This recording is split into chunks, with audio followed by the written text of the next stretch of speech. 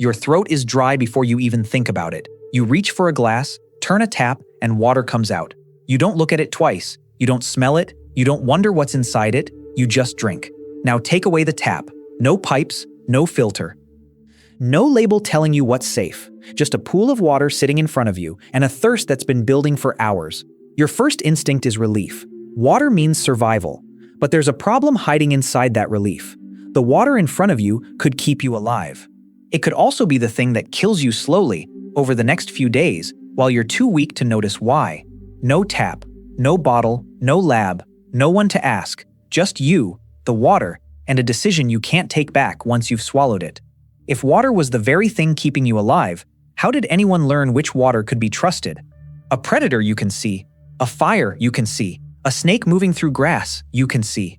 Your body knows how to react to those threats instantly. Contaminated water doesn't work that way. It can look identical to safe water, same color, same shine on the surface, same coolness against your hand. They didn't need to see the danger for the danger to be real. That's the uncomfortable part. A source could sit there, clear and inviting, reflecting the sky perfectly, and still carry something that would leave a person weak, dehydrated, and unable to keep up with the group days later. Not because they were careless, because the risk simply wasn't visible. And in a world where every person had to walk, carry, hunt, or gather to survive, a body that stopped working wasn't just uncomfortable, it was dangerous for everyone around them. So if the danger couldn't always be seen, how could anyone learn to avoid it? The answer isn't a secret ancient trick. It's something slower and in some ways more impressive. Pattern recognition. A person returns to the same spring for years. One season, after drinking from it, people in the group feel sick. Another season, the same source is fine. Over time, a picture starts to form. Not a certainty, but a pattern. This source floods and turns cloudy after rain. That one stays still and stagnant in the dry months, gathering a thin film across its surface by midsummer. A pool near dense vegetation behaves differently than one out in open rock. Ethnographic research on hunter-gatherer groups suggests environmental knowledge like this was built the same way: repetition, memory, and comparison passed down through observation rather than explanation. No single clue was reliable on its own. A smell might mean something, or nothing. A strange taste might be a warning. Or just the taste of that particular ground, shaped by minerals that had nothing to do with danger at all. One signal alone was weak, but several signals, agreeing at once, became something closer to knowledge. Cloudiness and a strange smell together carried more weight than either one alone. Stillness and insect activity together meant something neither signal meant by itself. The real skill wasn't confidence. It was disciplined uncertainty, knowing when a source deserved trust, and knowing when to walk past it and stay thirsty a little longer. But knowing which water to trust was only half the problem. What happened when the water itself needed to change? This is where fire enters the story differently than you'd expect. Controlled fire has an extraordinarily long history in the human story, stretching back long before anything we'd recognize as a home or a village. What's less certain is exactly when and how often different groups use that fire specifically to treat the water they drank. We know boiling can kill many harmful organisms. What we don't know with confidence is how routinely ancient populations relied on it for that exact purpose. That uncertainty is worth sitting with, instead of skipping past, because what fire really offered wasn't just warmth, it was a way to change what nature handed you, instead of simply accepting it.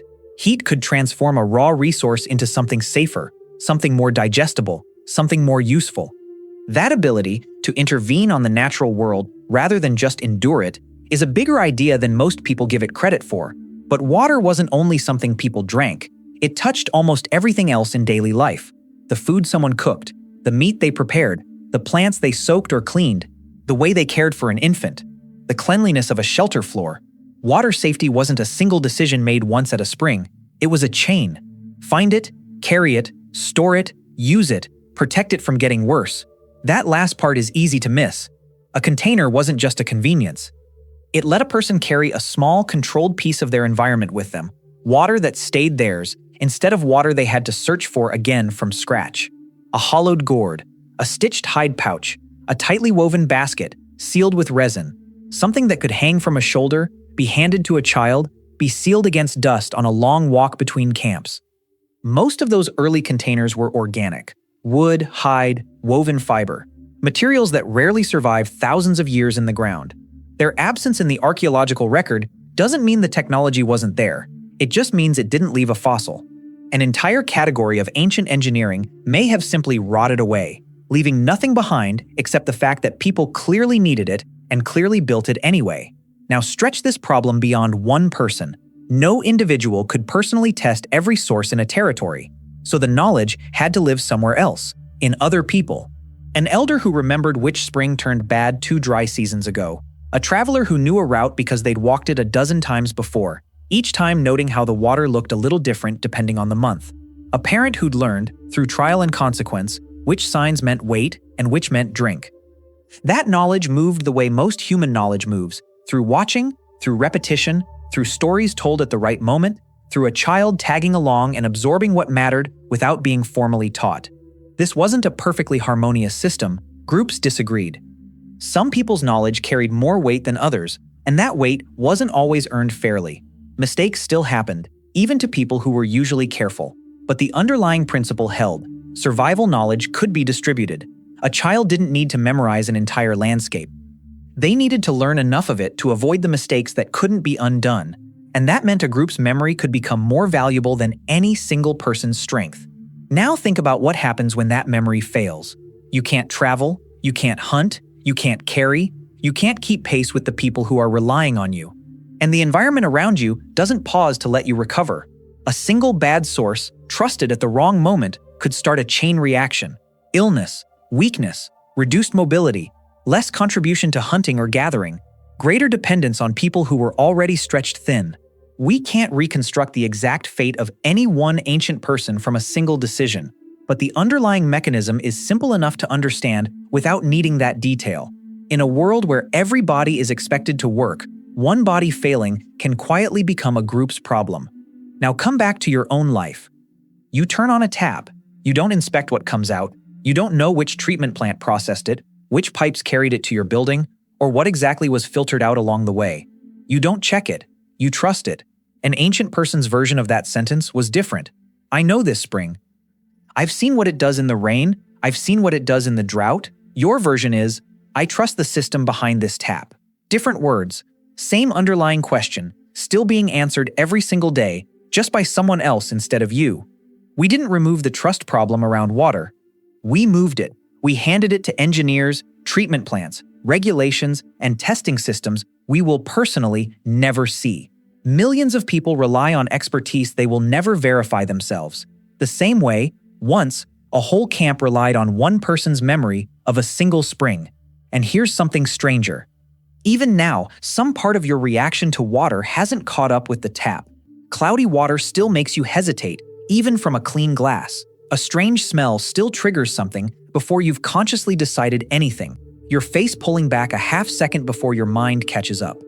An unfamiliar taste can make you stop mid-sip, spit it out, ask someone else if it tastes wrong to them too. A small act of checking your pattern against theirs, the same instinct that once made a group's memory more reliable than one person's. Researchers who study disgust and contamination avoidance describe these reactions as possible protective responses, though the deeper evolutionary story behind them is still debated and far from fully settled. What's clear, experientially, is simpler. Your body can respond to a contamination cue before your reasoning has finished catching up to it. Sometimes you don't decide not to drink something. Something in you decides first, which brings us to the actual technology this story has been circling the whole time. Not a container, not fire, not even the spring itself. Knowledge, environmental memory, pattern recognition. The ability to notice when conditions changed and to warn someone else before they made the same mistake you almost made. Ancient humans didn't need perfect knowledge to survive. They needed knowledge that was good enough, tested enough, and shared enough to keep a group moving through uncertainty without moving through it blind. They didn't understand what was actually inside dangerous water. They didn't need to. They understood patterns well enough to avoid it more often than not. And they taught that understanding to whoever came next, not as a lesson, but as something absorbed by walking beside someone who already knew. Pick up a glass of water tonight. Look at it for a second longer than you normally would. You don't know it's safe because you tested it. You know it's safe because an enormous, invisible system already did. One you've never seen, run by people you'll never meet, built on knowledge you didn't have to learn yourself. That convenience isn't the absence of survival technology. It is survival technology. It's just been buried so deep inside pipes and regulations that it stopped looking like technology at all. Ancient humans didn't survive because danger couldn't touch them. They survived because they got better, generation after generation, at noticing what could hurt them, adjusting to it, and telling someone else before it was too late. Somewhere, right now, a stranger you will never meet is deciding whether your water is safe to drink. You already said yes before they finished checking. If you enjoyed this video, subscribe to BackTimes, hit the bell icon, and share this video with someone who loves history.